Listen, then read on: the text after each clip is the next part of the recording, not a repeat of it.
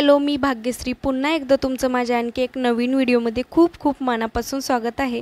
तर आजचा व्हिडिओ खूप छान होणार आहे की आपण किचनमध्ये स्त्रियांना खूप सारे कामं असतात, मग तेच कामं आपण झटपट होण्यासाठी, अगदी कमी वेळेत होण्यासाठी आपण त्याच्यासाठी अगोदरच पूर्वतयारी करून ठेवली तर आपला वेळ देखील वाचेल आणि कमी वेळेमध्ये जास्त कामं देखील होतील।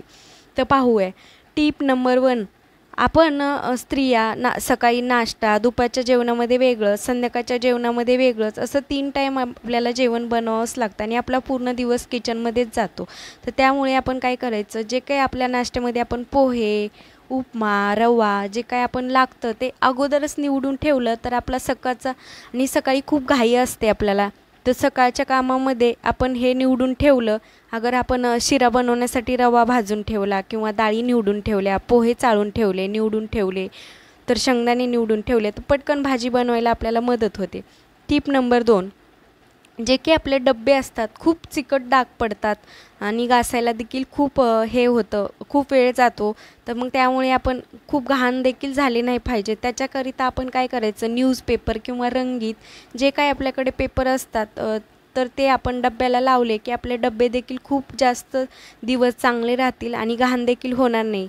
तर टिप नंबर 3। जे काही आपल्या ट्रान्सफर भरण्या असतात किंवा डब्या भरण्या असतात त्याला जर आपण न्यूजपेपर लावलेत खूप घट्ट बसतात, झाकण निघत नाहीत, मग त्याला काय करायचं, आपण कॅरी बॅग लावायची। जे की आपल्या किराणा सामान भरलात त्याच्या कॅरी बॅग अशाच असतात, पडून जातात, तर ते आपण ह्याच्या मापाने, भरणीच्या टोपणाच्या मापाने देखील घेऊन आपण छान लावून घेतले की भरण्या देखील आपल्या घाण व्हायच्या वाचतात।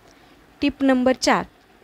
आपण रोजच्या धावपळीमध्ये तर रोज घर क्लीन नाही करू शकत ना, मग आपण तेच घाण होऊ नये म्हणून काळजी घ्यायची। जे की आपले भांडे, डब्बे वगैरे आपण ठेवले जातात तर तिथे धूस असते, तेच आपण धुतलेल्या डब्यांना वगैरे लागून जाते, त्यामुळे काय करायचं, छान पेपर टाकून घ्यायचे, मग तिथे जास्त धूळ देखील येत नाही।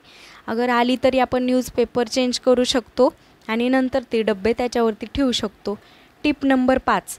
तर पाहू शकता आपण स्टीलची कॅटली वगैरे असते, जे तेलाचे डाग वगैरे लागतात त्याला आपल्या रोजच्या धावपळीमध्ये, घाई गडबडीत, तर आपण तिथे छान म्हणजे एकावर 2 असे जाड पुट्टेचे पेपर वगैरे टाकले तर छान आपले म्हणजे जास्त घाण नाही होणार आणि आपण 2 पेपर तर चेंज करू शकतो। Tip number 6।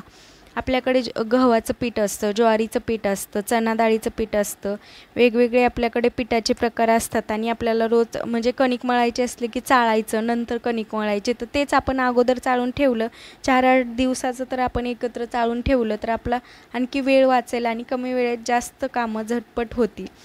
Tip number 6। तर आपल्याला चणा डाळीचं वगैरे पीठ, भजे वगैरे बनवायचे असले की पटकन बनवायला मदत होते, मग असे मोठे पीठ असतं त्याच्यामध्ये जाळ्या वगैरे व्हायला लागतात नंतर, त्यामुळे आपण थोडीशी काळजी अगोदरच घेतली तर खूप छान म्हणजे काम सहजरित्या पार पडले जातात। Tip number 6। तर पाहू शकता आपल्याकडे खरकटे भांडे असतात, असेच वेळ म्हणजे खूप वेळ ठेवले की मग ते खूप वाळून जातात, चिकट डाग त्याचे निघत नाहीत आणि खूप आपल्याला जास्त वेळ घासणी लावत बसावं लागतं, त्यामुळे आपण जर भांडे लगेच पडले आणि घासले की खूप लवकर क्लीन होतात। Tip number 7।